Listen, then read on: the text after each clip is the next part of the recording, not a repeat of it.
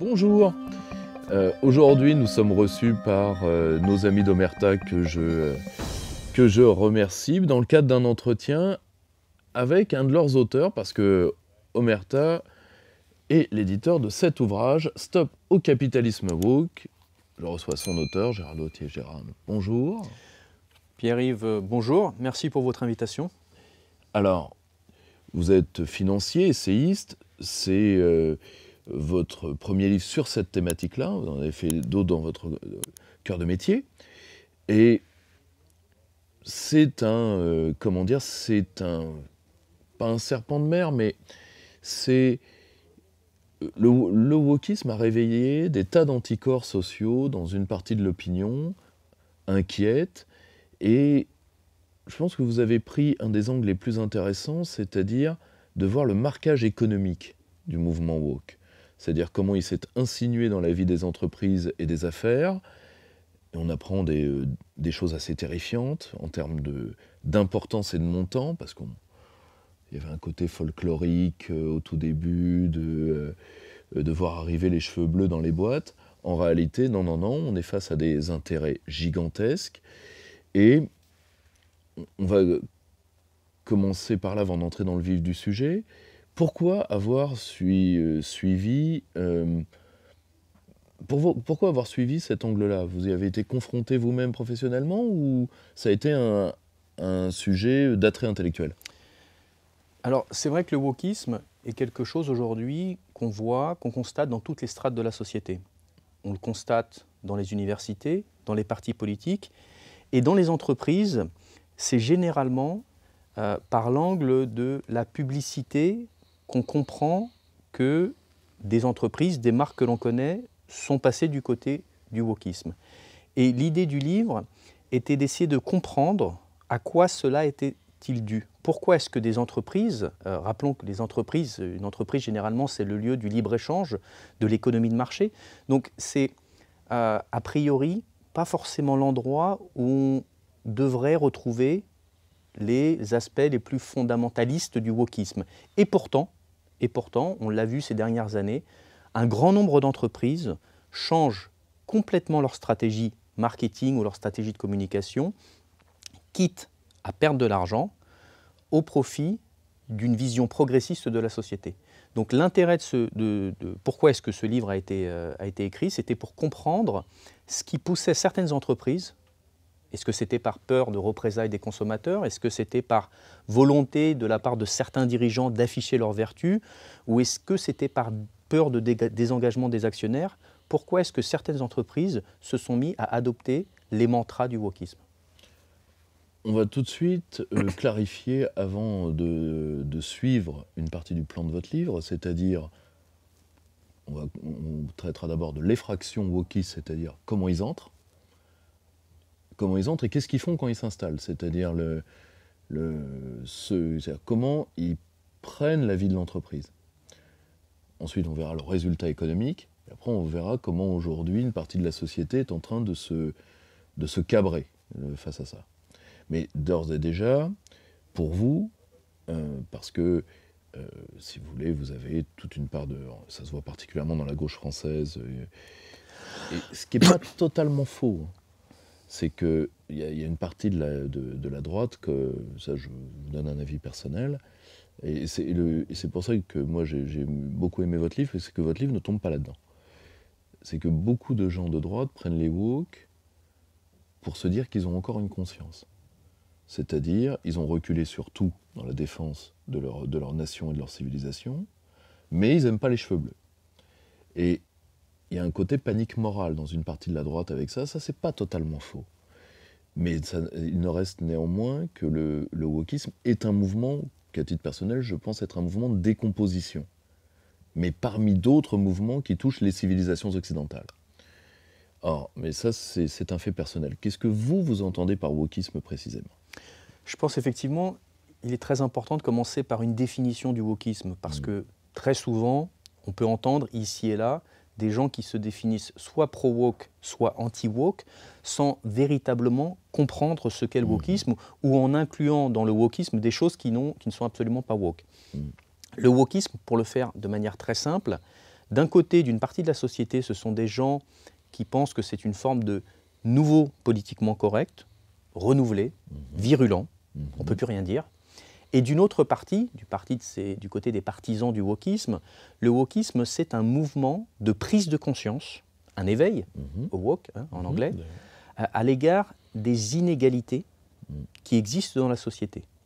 Et ces inégalités sont dues, selon les woke, à cause de deux raisons principales. La première, c'est un groupe dominant, et la deuxième, c'est la société qui, dans son ensemble, est oppressive. Alors le groupe dominant, quel est-il? Eh bien, les woke s'intéressent au sujet du sexe, de la race, du genre, de l'identité sexuelle. Donc le groupe dominant, ce sont les blancs qui dominent les femmes, les hommes qui dominent les femmes, les blancs qui dominent les noirs ou les racisés, les hétérosexuels qui dominent les homosexuels. Donc c'est l'homme blanc hétérosexuel, c'est encore qui devient le galeux. Voilà, l'homme blanc hétérosexuel, a fortiori de plus de 50 ans, est le prédateur par excellence. Il bénéficie de privilèges, et qui dit privilèges dit, surtout en France, il faut abolir les privilèges de l'homme blanc. Mais les woke, et là-dessus j'aimerais être très clair, sont des gens, généralement, à l'exception de quelques militants, sont des gens sincères. Ce sont des gens qui constatent des inégalités qui existent, on y reviendra peut-être, et qui mettent ces inégalités sur le dos de mauvaises raisons. Donc le wokisme, c'est ça, c'est la façon dont je définis le wokisme. Et évidemment, l'intérêt, donc le wokisme dans la société, on le voit partout, l'intérêt c'est de comprendre, mais pourquoi est-ce qu'une grande partie de la population s'est mise à épouser ces thèses-là? Je pense que c'est une très bonne idée et de commencer comme ça, parce qu'il y a en effet une part d'inégalité induite par le fait social, qu'on le veuille ou pas. Mais il y a, et c'est là où il faut parfois, je pense, que nous fassions attention, il y a des inégalités qui sont sécrétées par la société, et ça on y peut plus ou moins, et il y a aussi des inégalités injustes parce qu'elles sont, elles, facultatives. Je pense que vous avez tout à fait raison de souligner que beaucoup d'entre eux sont sincères. Oui, et je rajouterais que l'opposé d'une inégalité injuste, c'est pas l'égalité, c'est une inégalité juste. Et ça, il faut le comprendre. C'est-à-dire que l'inégalité peut parfois être juste sur certains sujets. On peut prendre un sujet très simple qui n'est pas du tout le sujet du bouquin, mais la préférence nationale, c'est une inégalité. On peut considérer qu'elle est juste. Tout à fait. Par exemple. Entièrement d'accord. Donc, à partir de ces bases de discussion, on va entrer directement dans le vif du sujet, c'est-à-dire, objectivement, alors, pour le grand public, je pense que l'une des entreprises phares qui a transporté le wokisme, ça a été Disney. Parce que je pense que c'est là, pour le coup, il y a eu un choc frontal, parce qu'en plus, comme ça s'attaque aux enfants, là, tout le monde a soit s'est cabré, soit s'est dit, ça y est, ça a marché. Donc, parce que là, peu de gens ont pu passer à côté. Et en réalité, c'est un mouvement assez global que vous racontez. Il y a des tas d'exemples des entreprises monstrueuses qui sont des entreprises du quotidien. On parlait en off d'Unilever, des choses.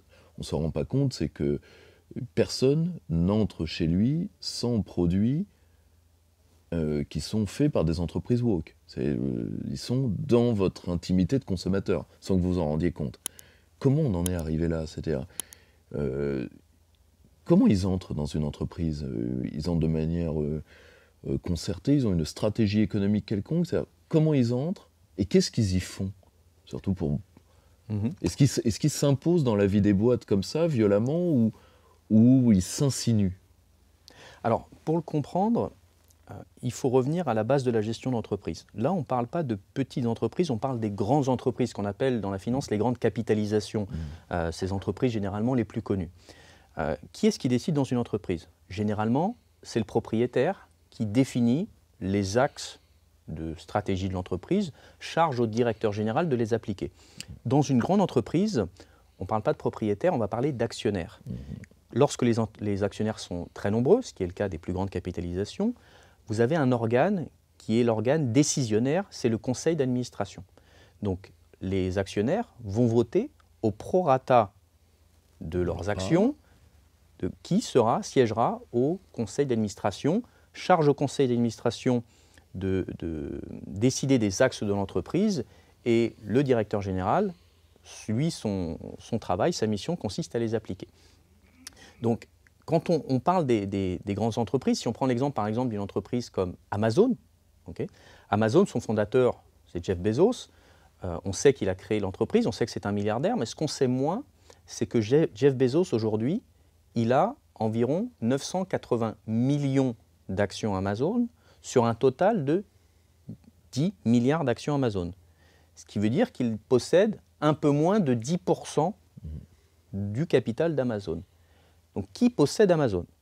On va regarder les principaux actionnaires suivants chez Amazon et on s'aperçoit que ce sont tous des grands fonds d'investissement, des gestionnaires d'actifs, c'est-à-dire des sociétés financières qui gèrent l'argent d'autrui. Ça peut être l'argent de compagnies d'assurance, de fonds de pension ou l'argent de particuliers. Parmi celles-ci, les noms les plus connus, BlackRock, State Street, Vanguard et d'autres. Et quand on additionne le total des parts de tous ces gestionnaires d'actifs, on s'aperçoit que chez Amazon, 60% du capital est détenu par des gestionnaires d'actifs, donc plus de la majorité. Alors, on peut regarder d'autres entreprises, on peut regarder Apple, on peut regarder Meta, vous savez, la holding notamment de Facebook et d'Instagram, et on s'aperçoit à chaque fois que ce sont les fonds d'investissement qui gèrent, qui décident de la politique des entreprises. Et c'est le cas pour toutes les entreprises, les grandes capitalisations américaines. C'est un peu différent en France, parce qu'en France, on a historiquement un capitalisme un peu plus familial, mais en France, ces grands fonds d'investissement, par exemple BlackRock, a plus de 5% du capital de chaque entreprise française du CAC 40, donc suffisamment pour nommer des administrateurs favorables à leur politique.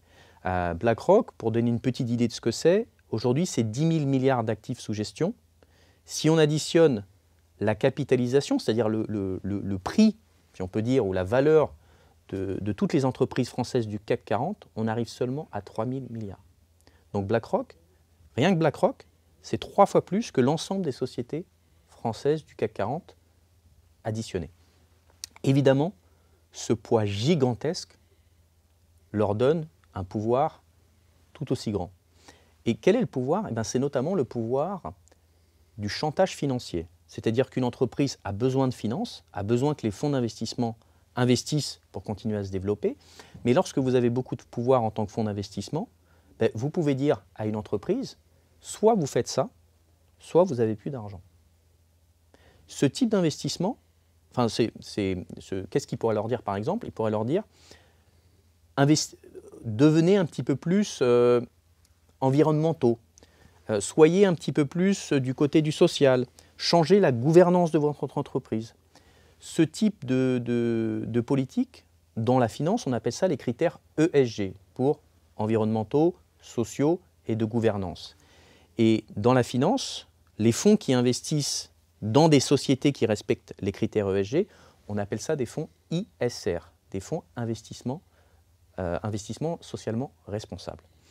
Donc ces fonds d'investissement socialement responsables, ce sont des fonds qui vont imposer aux entreprises le respect des critères ESG. Et dans le G de ESG, il y a la chose peut-être la plus importante, ce sont les politiques DEI pour diversité, équité et inclusion. Et ce sont notamment ces politiques-là qui vont imposer à des entreprises d'avoir tel ou tel type de race ou de sexe sur la direction ou les conseils d'administration des entreprises.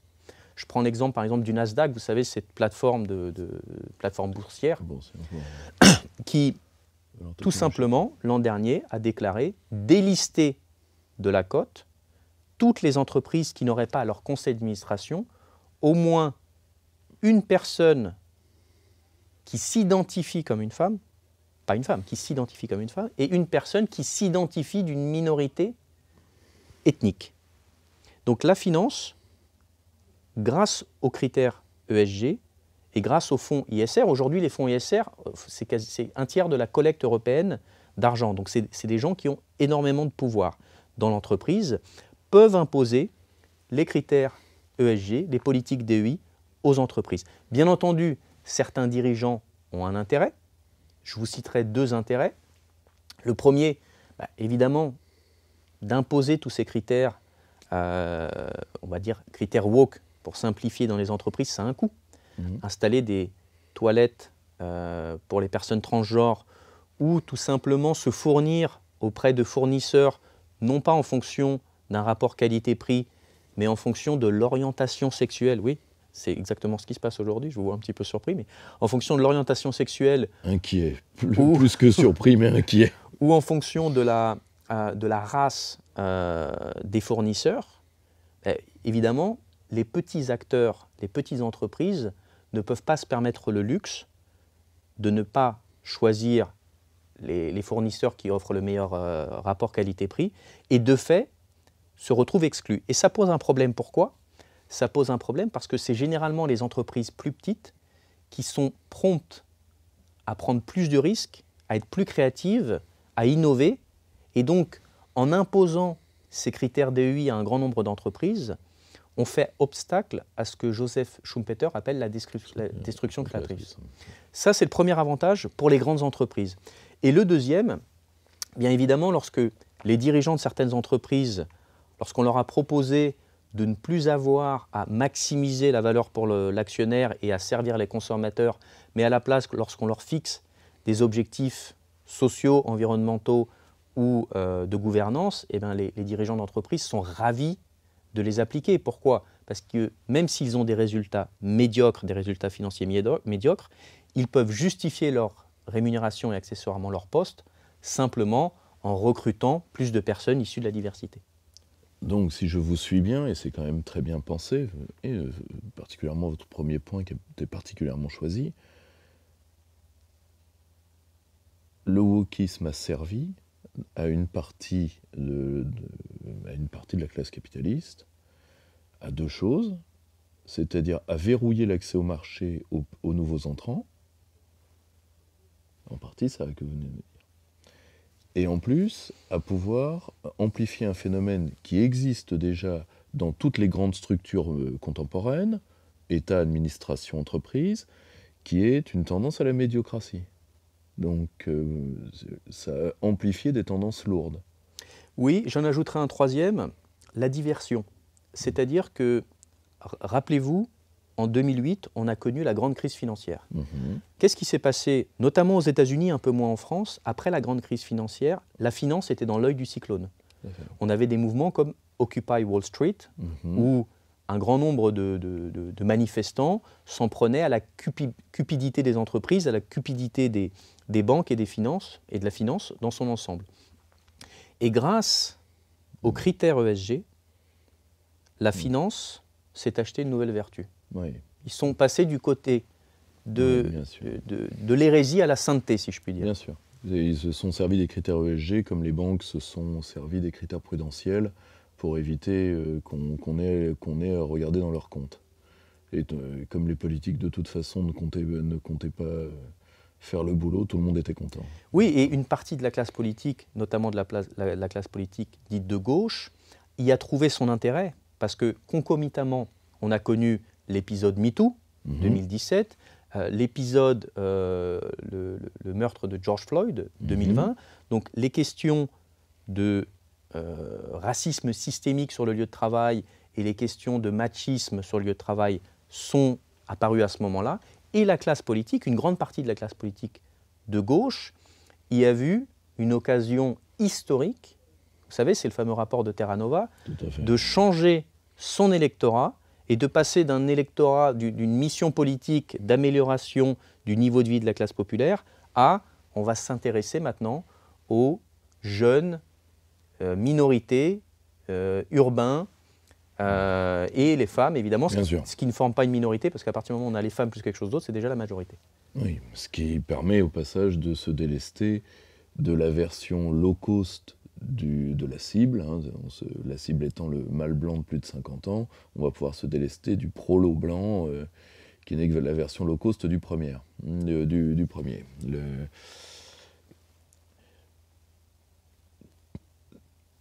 maintenant, on comprend bien que l'ouvre-boîte, ça a été la finance sur les grandes entreprises, et les grandes entreprises l'ont imposé par capillarité aux sous-traitants.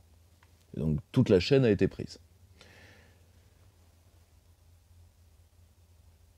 Il n'y a pas eu à ce moment-là, où on n'a pas d'exemple de tentative de résistance au sein des entreprises, à ce moment-là. Au départ, personne ne s'est dit, attendez les enfants, nous, vu notre... Je ne parle même pas de résistance éthique ou quoi que ce soit, je parle vraiment par rapport à l'intérêt capitalistique de l'entreprise. C'est-à-dire, à ce moment-là, personne ne se dit, attendez les enfants, tout ça c'est bien mignon, mais vu notre secteur d'activité, si on commence à avoir des images qui vont choquer une population qui, qu'on le veuille ou pas, est faite majoritairement de gens qui n'appartiennent pas à des minorités par nature, et c'est eux les consommateurs majoritaires, on va se mettre en danger. C'est-à-dire personne n'a cette présence d'esprit de dire, prenons le cas de Disney, une image sexualisée et homosexualisante, déjà qu'une image de sexualité hétéro-sexuelle est quelque chose de très dur, enfin de très... Il faut faire avec des pincettes dans un dessin animé, personne ne s'est dit, quand les pères de famille et les mères de famille vont voir ce qu'on fait voir à leurs gosses, on va perdre du pognon lourdement. Est-ce que à ce moment-là, il n'y a pas quelqu'un qui tire la sonnette d'alarme ou c'est trop tôt? La sonnette d'alarme, elle a été tirée dès le début des années 1970. C'est-à-dire à partir du moment où on a eu les premiers fonds dits socialement responsables, le premier, alors on a un premier fonds qui s'appelle le Pioneer Fund, qui a été créé en 1928 par Philip Carrett. Philip Carrett, c'est un ami de Warren Buffett, hein, il a vécu centenaire. Et en 1928, lorsqu'il crée son fonds d'investissement, il décide assez naturellement d'exclure toutes les sociétés qui commercialisent ou produisent de l'alcool. C'est normal, aux États-Unis c'est la prohibition, mais il a gardé cette stratégie d'investissement toute sa vie dans son fonds d'investissement. Au début des années 70, il y a des fonds ISR qui sont créés, des fonds d'investissement socialement responsables. L'un d'entre eux, qui existe toujours aujourd'hui, c'est le World Pax Fund. Il a été créé par Jack Corbett et Luther Tyson, qui sont deux anciens pasteurs de l'Église méthodiste unie. Hein, le méthodisme, c'est un mouvement réformateur voilà, du XVIIIe siècle en Angleterre, où son prédicateur, John Wesley, dans le serment « L'utilisation de l'argent », recommande de ne pas commercer avec des gens qui ne respectent pas certains critères. Donc c'est une essence fondamentalement religieuse. D'ailleurs, le mouvement de ce prédicateur s'appelle « The Great Awakening ». On retrouve... C'est un awakening protestant, ça arrive à intervalles réguliers. Et exactement, mais on retrouve cette similarité sémantique, awakening, avec le wokisme. C'est intéressant pour comprendre l'essence religieuse de la chose. Dans les années 70, il y a quelques fonds ISR, mais ça ne fonctionne pas vraiment. Vous avez un éditorial du New York Times qui titre « Pourquoi est-ce que the good guys have flopped ?» Donc pourquoi est-ce que les gentils dans la finance n'y arrivent pas? Et vous avez deux réponses à ça. Une première réponse nous vient notamment de Harry Markowitz, c'est un prix Nobel, c'est le père de la diversification, c'est la raison pour laquelle aujourd'hui votre banquier vous dit qu'il ne faut pas mettre tous les œufs dans le même panier, c'est parce que Harry Markowitz l'a démontré, et qui dit c'est un contresens financier que d'exclure certaines entreprises de la diversification. Donc lui il dit non, il ne faut pas exclure certaines entreprises, il faut prendre toutes les entreprises. Une autre personnalité s'érige et émet son opinion sur la chose, c'est Milton Friedman. Milton Friedman, au début des années 70, il est très connu aux États-Unis. Il a on appelle ça aujourd'hui un podcast, mais il intervient régulièrement à la télévision pour parler d'économie et de finance. Il a écrit Capitalisme et liberté, c'est un grand succès, et il va devenir prix Nobel d'économie aussi. Milton Friedman écrit dans le New York Times ce qu'on appelle aujourd'hui la doctrine Friedman, qui est de dire la responsabilité des entreprises est uniquement envers ses actionnaires. Une entreprise, ça doit faire du profit. Et c'est tout. Il dit, c'est très bien si une entreprise veut d'elle-même faire des choses bonnes pour la société, mais ça doit venir des actionnaires. Ça ne doit pas être une initiative personnelle. Et à la même époque, 2 ans plus tard, vous avez un jeune professeur de l'Université de Genève qui vient d'écrire un bouquin qui passe assez inaperçu, qui s'appelle « Le management moderne d'entreprise dans l'ingénierie mécanique ».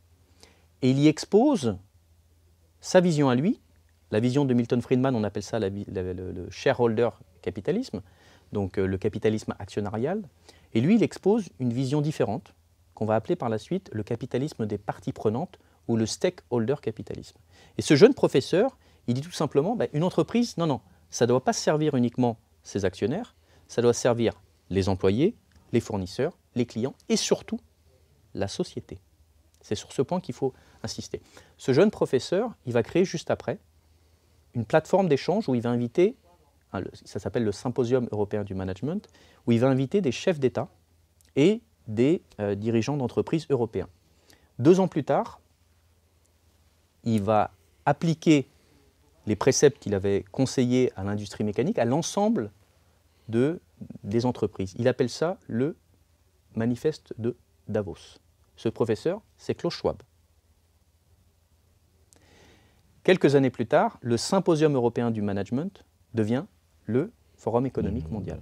Et depuis lors, son objectif aura été de promouvoir le capitalisme des parties prenantes à travers toutes les institutions internationales. En 2004, lorsque il y a un rapport de l'ONU qui s'appelle Who Cares Wins, qui indique qu'il est préférable d'appliquer les critères ESG dans les entreprises, ce rapport de l'ONU s'inspire ouvertement, c'est-à-dire que c'est écrit, de l'éthique des affaires de Klaus Schwab. Et d'ailleurs, le sujet des critères ESG est à l'agenda du Forum de Davos chaque année depuis 20 ans. On le retrouve. Donc, cette dichotomie, ce combat, ou cette opposition se fait entre, d'un côté, le capitalisme des parties prenantes, il faut servir tout le monde, et c'est là où on va mettre les critères ESG, et de l'autre, le capitalisme actionnarial de Milton Friedman. Donc voilà d'où parle la différenciation. Et on va arriver par la suite, donc en 2008, on en a parlé, la crise financière va pousser certaines entreprises à adopter beaucoup plus facilement ces critères, et vous avez un peu les papes de la finance, j'appelle ça les papes, en tout cas le patron de BlackRock, Larry Fink, qui à la fin des années 2010, donc en 2017, va dire « Nous allons forcer les changements, nous allons appliquer les politiques DEI dans les entreprises, et si les entreprises ne le veulent pas, on n'investira plus. » Et pour reprendre un exemple assez drôle, le World Pax Fund, qui en 1970 investissait pas que sur des critères financiers, mais sur des critères aussi sociaux, donc en gros il excluait les sociétés qui ne correspondaient pas à ses valeurs, a changé aussi son approche, et il a forcé une société comme Oracle en 2019 en lui disant maintenant, soit vous faites ce qu'on vous dit, soit on sort. Donc les entreprises, les fonds d'investissement, forcent les entreprises à appliquer le corpus de valeurs woke.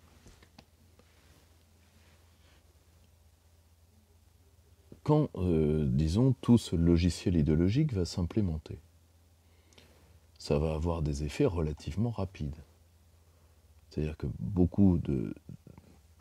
c'est-à-dire, quand si vous voulez, ces critères commencent à s'appliquer dans une boîte et celle-ci les applique à ses sous-traitants, quel est le déroulé économique? C'est-à-dire, comment on se rend compte si ça marche ou si ça ne marche pas?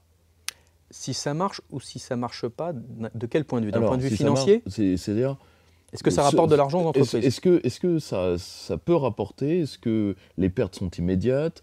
Est-ce qu'elles sont soutenables? Enfin, comment ça s'est fait selon les grands types d'activités? Est-ce qu'il y en a qui ont tiré leur épingle du jeu, qui ont pu quand même faire un peu d'argent avec ça? Ou est-ce que ça a été une perte sèche pour tout le monde? Non, ça n'a pas été une perte sèche pour tout le monde. En fait, la question qu'on se pose, c'est de savoir pourquoi les entreprises, même si elles ont reçu la pression de la finance pour appliquer les préceptes du wokisme, pourquoi est-ce qu'elles l'ont fait? Parce que évidemment, on comprend qu'une entreprise qui va devenir woke va s'aliéner une partie de ses potentiels consommateurs, peut-être pas la totalité. Certaines marques, comme notamment Gillette, nous a donné un élément de réponse. Elle nous dit, nous c'est très simple, on s'adresse à une génération de jeunes hommes, peut-être plus sensibles aux thèses du wokisme, et certainement, ce n'est pas Gillette qui le dit, ça c'est moi qui l'ajoute, moins au fait des mécanismes du capitalisme de marché, qui ne comprennent pas trop comment ça fonctionne le capitalisme, mais par contre ils sont plus sensibles à ces thèses-là, donc une marque comme Gillette va devenir woke. Vous avez des marques comme Adidas, qui a notamment lancé ce maillot de bain unipièce pour femmes, mais pour les hommes transgenres, qui a été accusé de vouloir effacer les femmes. Donc ça ne marche pas à tous les coups. Les entreprises subissent des pertes. Maintenant, on le voit dans les critères ESG aujourd'hui, parce que d'une manière générale, aux États-Unis, au Japon, ce n'est pas encore le cas en Europe, les investisseurs commencent à désinvestir des sociétés qui appliquent ces critères. Quelqu'un comme Elon Musk avait déclaré en 2022 que les critères ESG sont une arnaque. Et d'ailleurs, il l'a prouvé, parce que Twitter, donc avant que ça devienne X, était considéré comme l'une des sociétés les plus woke d'Amérique avec Disney. Il a racheté cette boîte et il a licencié plus de 50% de la masse salariale. Mais qu'est-ce que ça a prouvé? Que la société était capable de continuer à fonctionner sans 50% de ses employés. Mais qu'est-ce qu'ils faisaient, ces gens-là? Commissaire politique, pour beaucoup d'entre eux. Or, surtout que si on prend le caractère assez flou des critères ESG, parce qu'une entreprise, quoi qu'on pense de la structure, il y a des juges de paix, les bilans comptables,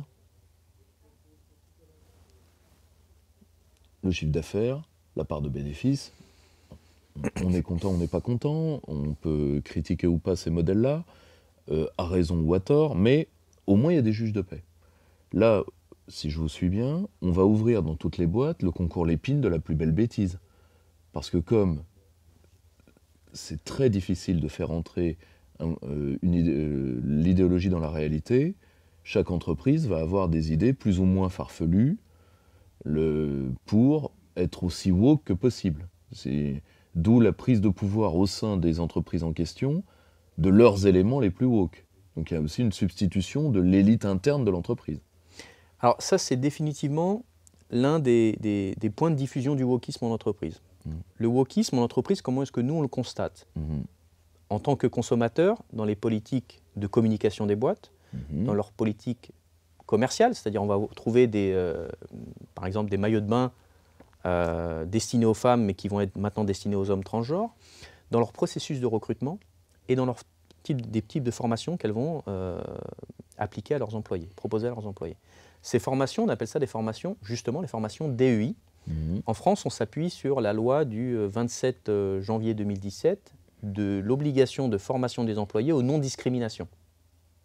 Elle concerne quel type d'entreprise? À partir de quelle taille? Parce qu'on peut emmerder une TPE avec ça? Non, c'est des entreprises d'une certaine taille. Ça concerne généralement les plus grosses entreprises. De toute façon, c'est là où est l'argent, c'est là où sont les budgets. Et la question, de toute façon, c'est une question principalement pécuniaire pour ces associations qui font les formations. Et j'aimerais prendre un exemple là-dessus. Peut-être que vous avez entendu parler de cette histoire-là, mais c'était il y a 2 ans ou 1 an et demi, je crois. Coca-Cola avait organisé dans son entreprise une formation pour déconstruire les préjugés et pour déconstruire les biais inconscients, et notamment les préjugés envers, que les Blancs avaient sur d'autres types de races. Et dans cette formation, qui était une formation qui avait été tenue par la papesse des formations DEI, qui s'appelle Robin DiAngelo, on pouvait entendre notamment que, évidemment, être blanc, c'est être arrogant, c'est être un suprémaciste, et que la méritocratie, le travail acharné, la ponctualité sont des caractéristiques de blancheur dans les entreprises. Ah oui. Et donc de suprématie. Les galeux. Voilà, donc c'est pas bien. Oui, c'est pas bien. Tout ça, c'est pas bien. Et ces formations, d'une manière générale, que ce soit aux États-Unis ou en France, les formations sur les biais inconscients s'appuient toutes sur un test qu'on appelle le test TAI, qui est un test d'aptitude intellectuelle pour comprendre si oui ou non vous êtes raciste. C'est un test qui est issu de l'université d'Harvard en 1998, qui a été créé par quelqu'un qui s'appelle Brian Nosek. Et pour savoir si vous êtes raciste ou pas, on va vous poser un certain nombre de questions sur un ordinateur. On va vous montrer un homme, une femme dans certaines situations, un blanc, un noir, et on va mesurer votre temps de réponse à choisir entre un homme, une femme, un blanc, un noir. Et on va calculer, alors c'est de l'ordre de la milliseconde, on va calculer votre temps de réaction. Ah oui. Et si vous choisissez plus rapidement un homme qu'une femme pour une certaine tâche, par exemple porter quelque chose de lourd ou faire une tâche un petit peu plus compliquée, une tâche où la confiance est nécessaire et vous choisissez plutôt un blanc qu'un noir, on va considérer que vous êtes raciste. Ah. Le souci, c'est que si vous faites 2 fois de suite le même test, vous n'avez pas les mêmes résultats. Alors, vous pouvez me dire, c'est attendu, puisque les résultats sont de l'ordre de la milliseconde. Oui, c'est quand même ce test-là qui va déterminer si vous êtes raciste, sexiste ou pas. Oui. Et plus grave sur ce test-là, son créateur même a déclaré au début des années 2010 que son test n'était pas d'une très grande fiabilité. Pourtant, c'est le test qui est utilisé aujourd'hui dans les entreprises françaises. Ah oui, d'accord. Oui. Et ça, on l'est, on ne s'identifie pas. Hein. Non, soyons ah non, ça, là, on l'est. Oui, d'accord. On ne s'identifie pas comme. Non, mais il faut. Vous l'êtes déjà de base. Ah oui, d'accord. De base. Là, pour le coup, il n'y a pas de modulation. C'est con, ça aurait été dommage. Mais aujourd'hui, ce rôle, c'est comme disent les Nietzschéens, parfois un grand éclat de rire. Mais si on se place en bout de chaîne, au moment où nous parlons, est-ce que une part des entreprises, on a cité le cas Musk, mais sur les grandes boîtes qui ont porté le mouvement, combien s'en sont désengagées? Alors, il y a quelques sociétés, aujourd'hui, qui commencent à se désengager du wokisme. On peut citer Ford, on peut citer Toyota, on peut citer Harley-Davidson. Parmi les marques les plus connues, il y en a d'autres, elles sont un petit peu moins connues. Quand on dit se désengager du wokisme, qu'est-ce que ça veut dire? Ce sont des sociétés, je prends le cas de Toyota, qui a tout simplement décidé de se séparer de son département DEI en entreprise. En France, je crois que le nom de ce département, c'est RSE, Responsabilité sociétale des entreprises, qu'on va retrouver dans certaines entreprises, et qui est d'ailleurs le département qui a tout intérêt à accentuer la perception d'un problème. Pourquoi? Parce que si un jour, dans ce département, qui sont généralement des départements dépendants des départements RH, de ressources humaines, si vous dites qu'il n'y a plus de problème d'inégalité dans l'entreprise, qu'est-ce qui va se passer? On va vous dire merci, au revoir. Donc ce sont des gens qui ont tout intérêt, pour conserver leur poste et accessoirement leur rémunération, à toujours inventer de nouvelles inégalités dans l'entreprise. Oui, ce serait con qu'ils doivent trouver un vrai travail. Mais d'accord. Donc non seulement vous avez quelques entreprises qui ont fait le pas, mais vous avez en interne des forces qui vont résister et qui vont continuer d'appeler à toujours plus de politiques DEI dans les entreprises, comme c'est le cas dans un grand nombre d'entreprises françaises. Là, je vous suis depuis tout à l'heure. On est bien d'accord que le mouvement de ressac dans les grands groupes du wokisme, ce mouvement de ressac est américano-japonais, si je vous suis pour l'instant. C'est-à-dire qu'en Europe, il n'y a pas encore de ressac, contrairement à ce que certains auraient pu espérer. Alors, sur la partie révolte des consommateurs, c'est clairement aujourd'hui un mouvement strictement américain, qui a commencé avec Budweiser. La partie japonaise, c'est plus la constatation du fait que les fonds d'investissement ISR n'apportent pas les résultats escomptés. Je rappelle que ce fameux rapport de l'ONU de 2004 nous disait que implémenter dans les entreprises les critères ESG, c'était une source de diminution des risques pour les investisseurs, donc c'était bénéfique. La réalité nous a montré que c'était tout autre, qu'il y avait des risques supplémentaires. Je pourrais prendre un exemple, le cas de la banque SVB. Est-ce que vous connaissez cette banque SVB, qui est la Silicon Valley Bank, qui était une banque qui a été créée au début des années 80 et qui assez rapidement, en Californie, est devenue la banque des startups aux États-Unis. Et entre 2019 et 2021, la banque a connu une croissance exponentielle. Donc, beaucoup de fonds de déposants arrivent dans la banque. Et qu'est-ce que fait la banque? Elle décide de les placer dans ce qu'on appelle des obligations d'État américaines. À l'époque, le taux de la Réserve fédérale américaine, le taux de base, est de 0,25 ou 0,5%. Il est très bas. Qu'est-ce qui se passe après? Un an plus tard, on connaît les premiers effets de l'inflation. Et la Fed décide de remonter ses taux de manière très brutale. Les taux passent à 4,5%.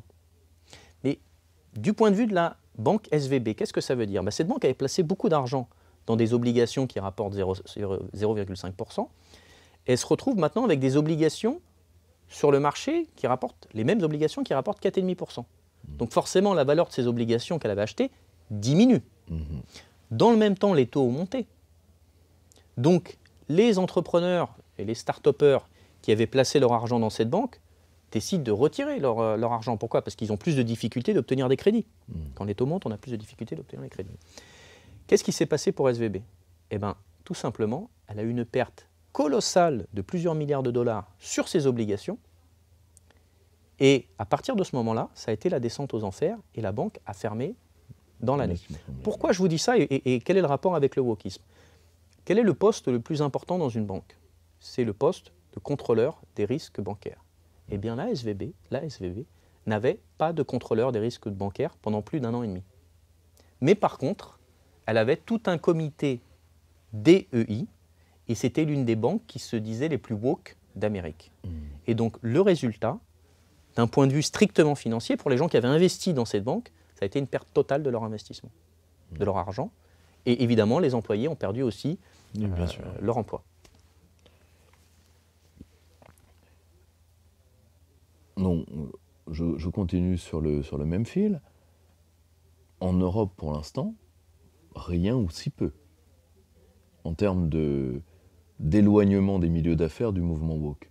Donc c'est-à-dire l'Europe peut terminer dernière citadelle du mouvement d'un point de vue capitalistique et entrepreneurial. Oui, alors il y a un recul du mouvement woke, c'est certain, et on pourrait même dater ce recul de l'épisode Budweiser.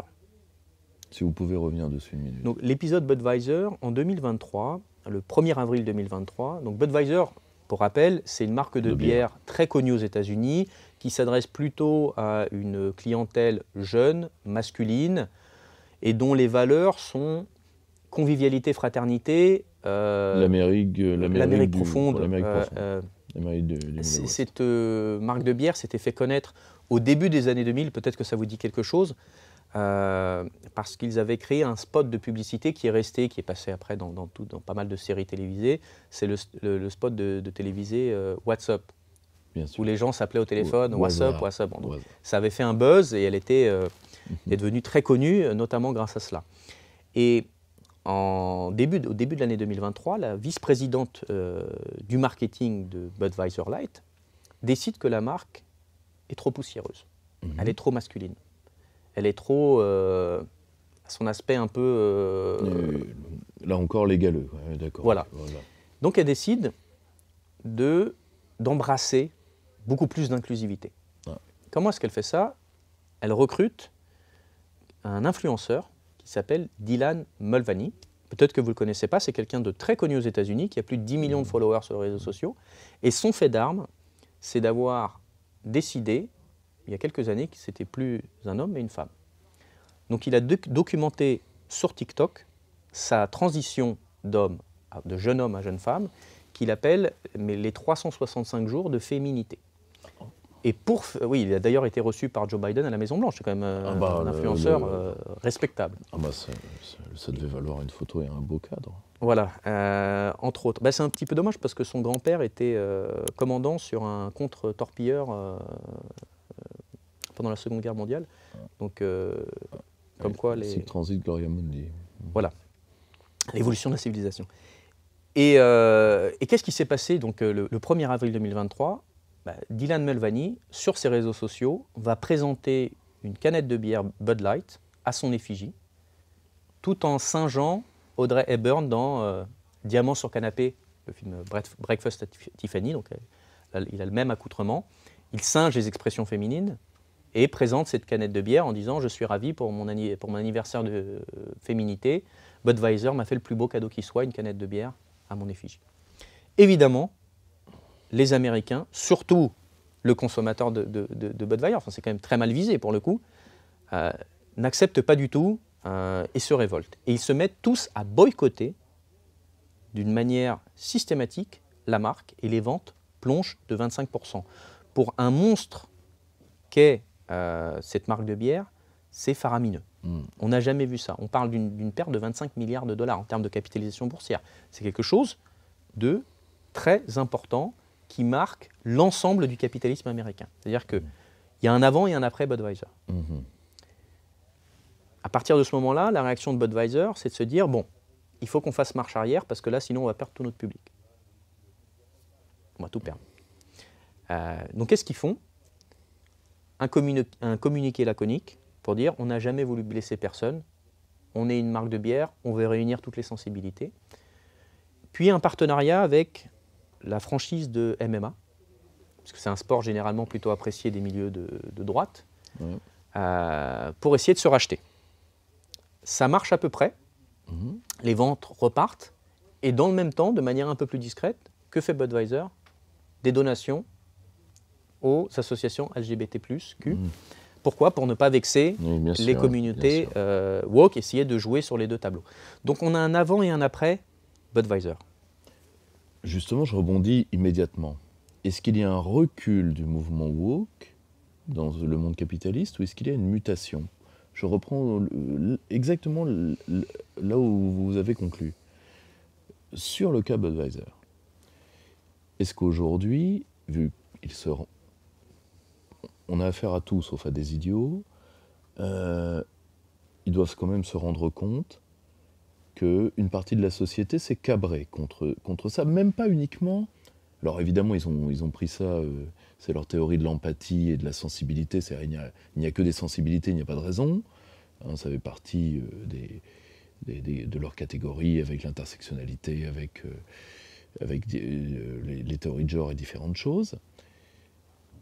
Ils ne sont... pour eux, tout est affect, ce qui pose un problème difficile en négociation, hein, quand même. Or, une part de la société ne s'est pas rebellée contre eux en tant qu'eux. Elle s'est rebellée contre eux parce que une partie de la société n'a tout simplement pas envie de subir des assauts cognitifs répétés de la part de donneurs d'ordre qu'ils ne connaissent pas et qu'ils ne veulent pas connaître.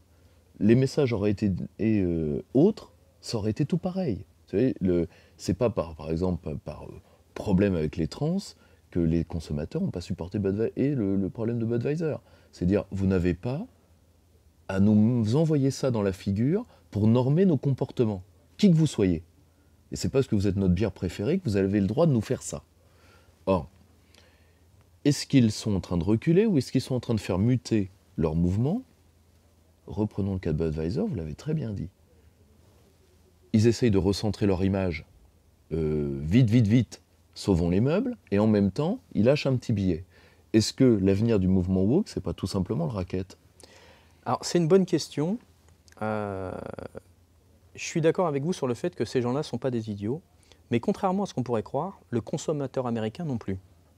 Et qu'est-ce qui se passe aujourd'hui aux États-Unis ? C'est que vous avez énormément de marques qui se sont créées depuis 3, 4, 5 ans, qui se définissent comme des marques anti-woke. Et je vais prendre 2 exemples. Le premier, peut-être plus drôle. Pourquoi ? Parce que, enfin drôle, je ne sais pas. Parce que c'est en lien avec le même influenceur. C'est une marque de tampons, Garnu, qui est une marque de tampons qui s'affiche comme étant des tampons pour femmes. Ça paraît révolutionnaire. C'est une bonne idée marketing. J'ai du mal à encaisser. Oui. Pourquoi ? Parce que Tampax avait fait justement un partenariat avec ce même influenceur, Dylan Mulvaney. Pourquoi ? Oui, non. Je sais pas. Bon, voilà. Ils ont leur raison. Admettons. Admettons, exactement. Donc ça, c'est la première chose. Et on pourrait prendre énormément d'exemples. Il y a une société qui s'appelle Red Balloon. Red Balloon aux États-Unis, c'est une société de recrutement, mais qui recrute des candidats sur les critères que sont la reconnaissance, le travail, le mérite. Encore une fois, ça paraît révolutionnaire, mais c'est encore une de ces marques qui sont des marques anti-woke. Il y a même une plateforme Amazon qui s'appelle Public Square, qui recense, aux États-Unis, qui recense l'ensemble des marques qui se disent anti-woke ou qui ont pour valeur la liberté, la famille et la religion, parce qu'aux États-Unis, la religion est très importante. Et ça cartonne aux États-Unis. C'est-à-dire qu'aux États-Unis, les marques anti-woke ont trouvé leur public. Et c'est ça aussi qui fait que certaines entreprises commencent à comprendre que si elles ne font pas marche arrière, elles vont se retrouver dans une position où elles auront elles-mêmes enfanté leur concurrence. Maintenant, à savoir si on est fondamentalement sur une période, on va dire, pas une très bonne période pour les entreprises woke en ce moment. Elles ont connu plusieurs revers. Disney est un autre exemple. Disney a perdu beaucoup d'argent. Ils ont licencié énormément de monde. Toujours avec ces questions. Alors, Disney, évidemment, il y a deux grandes questions sur Disney. La première, c'est la glorification de l'homosexualité. Et on le retrouve dans les propos de l'ancienne vice-présidente contenu, Karen Burke, qui a déclaré qu'elle voulait que 50% des personnages de Disney soient homosexuels.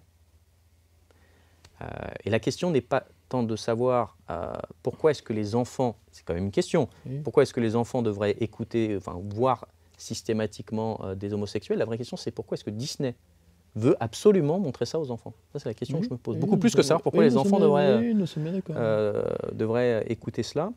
Et l'autre, c'est le fait que la plupart des longs métrages de Disney, enfin même des courts métrages, sont devenus des conférences déguisées, glorifiant soit l'homosexualité, soit mettant en scène le personnage féminin, vous savez, de ce qu'on appelle la girl boss, la fille qui commande, qui décide de tout, qui a toujours raison, face, évidemment, au patriarcat blanc.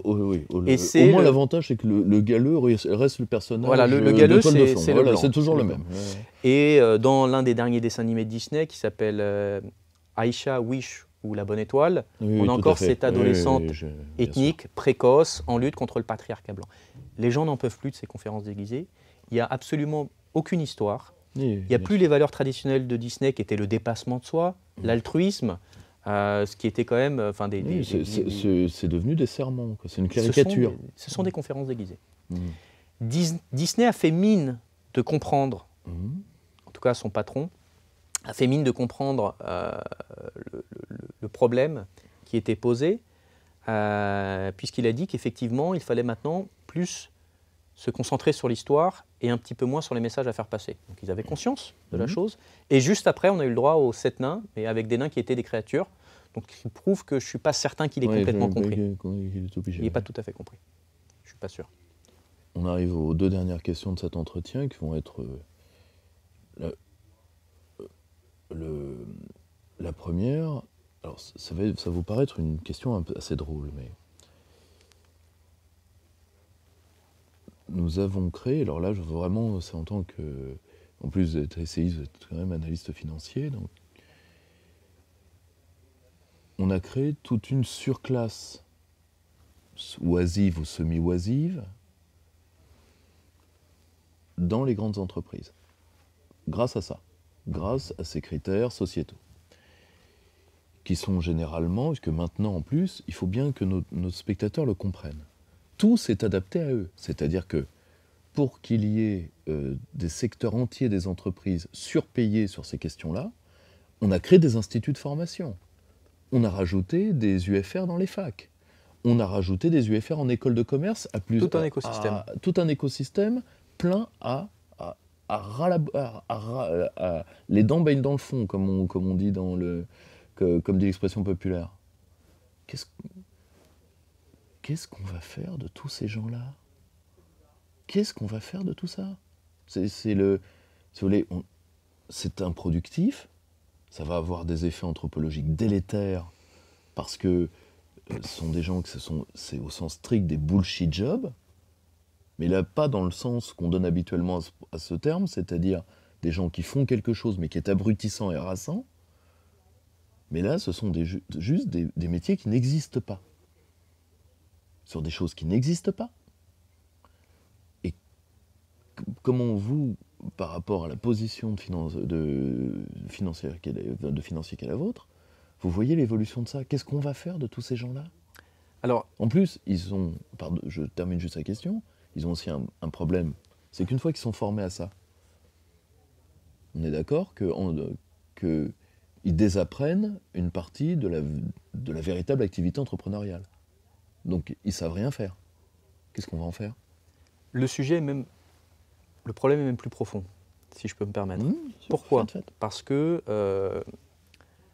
vous avez un grand nombre d'entreprises maintenant qui sont convaincues que la méritocratie est un symptôme de suprématie blanche. Ah, ok. Je prends un exemple très simple. On parlait de formation. Bien sûr.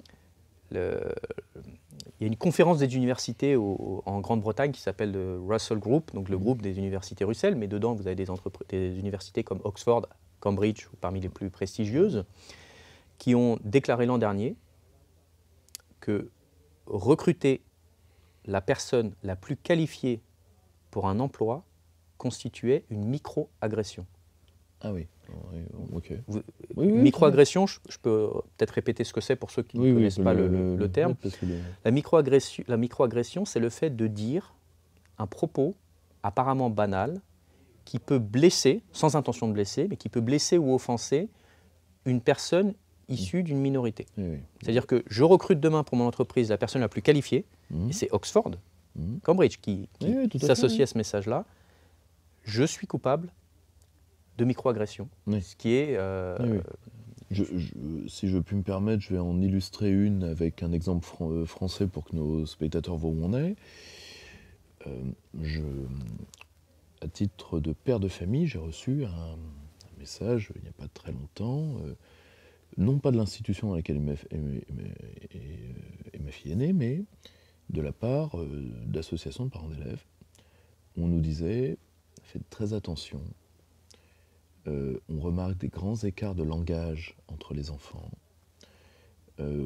Faites attention, vous qui lisez beaucoup à vos enfants, donc je me suis immédiatement senti visé, parce que d'autres enfants n'ont pas cette chance. J'ai donc, pour avoir le droit de terminer Moby Dick avec ma fille, je vais devoir faire le tour des 24 gamins le soir pour leur lire quelque chose. Parce que si leurs parents ne peuvent pas, et je ne dis pas qu'ils ne le font pas, je dis qu'ils le peuvent, parfois ils ne le peuvent pas, faire ce que moi je fais, j'agresse les familles des 24 autres gamins. Vous voyez, une microagression, c'est aussi ça. Vous voyez, pour que les gens voient que c'est même présent chez nous.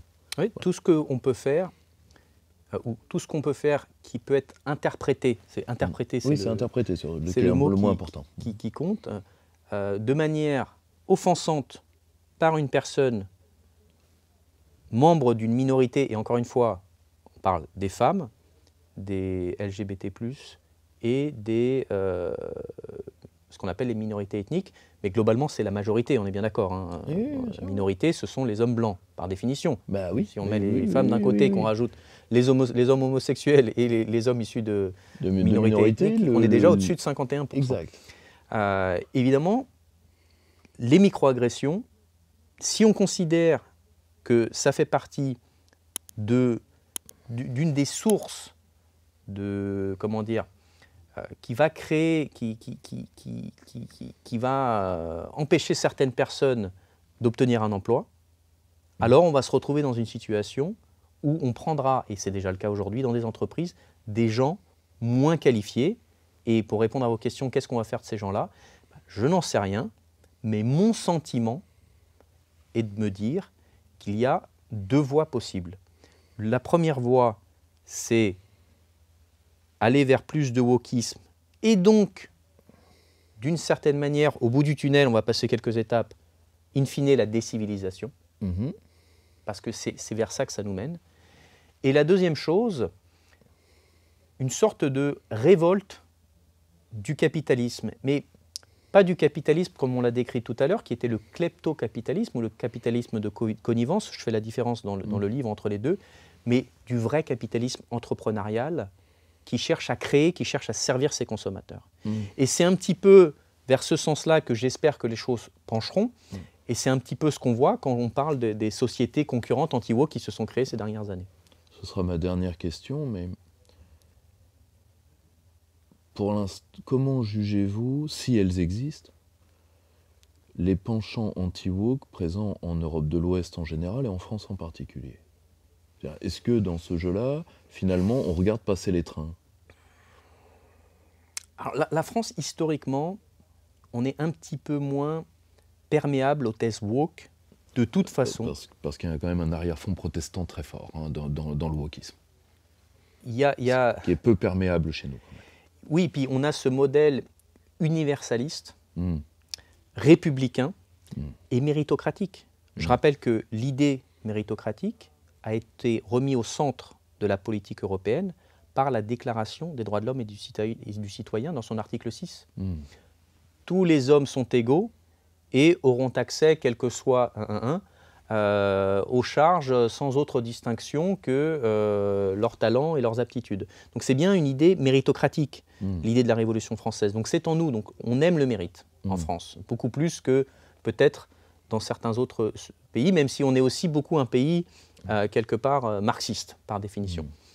Donc est-ce qu'on voit passer les trains ou est-ce qu'il y aura évidemment une prise de conscience également en France sur les sujets du wokisme? C'est encore une question de prospective à laquelle je ne peux pas répondre, mais j'espère fondamentalement qu'on verra soit un mouvement d'essoufflement du wokisme. Encore une fois, aujourd'hui, on n'est pas sur un recul, on est sur un reflux. Est-ce que c'est la vague qui va revenir beaucoup plus forte? Est-ce que c'est une bataille qui est perdue? Est-ce que c'est la guerre? Je crois que la bataille fait juste que commencer. Et l'une des solutions, en tout cas l'une des solutions que je propose dans le livre comme étant la voie de salut, la voie de notre salut, c'est le boycott. C'est de boycotter systématiquement toutes les entreprises qui ne correspondent pas à vos valeurs. Moi, je le fais à titre personnel et ça peut être des choses très simples. Vous allez dans un restaurant, vous êtes mal servi par un serveur ou vous n'aimez pas la nourriture qui vous est servie, vous n'allez pas y retourner. Ça s'appelle un boycott. Boycotter ce restaurant. Mais faites la même chose avec les marques. Lorsque vous vous sentez insulté par une marque, ce qui peut arriver, prenez la décision systématique de boycotter cette marque. Et c'est le seul salut que nous avons pour que demain, le wokisme perde un petit peu de son influence en France. Ce sera une très bonne conclusion. Gérald Authier, je rappelle votre livre Stop au capitalisme woke, édition Omerta, disponible sur le site d'Omerta, bientôt disponible en plateforme, le lien en description. Merci beaucoup et je vous souhaite vraiment le plus grand succès à votre livre parce qu'il est particulièrement bien construit. Et on apprend beaucoup de choses parce qu'on ne mesure peut-être pas, même en termes financiers, les enjeux de tout ça. Et en réalité, ça a été je pense, une très belle entrevue et je vous en remercie.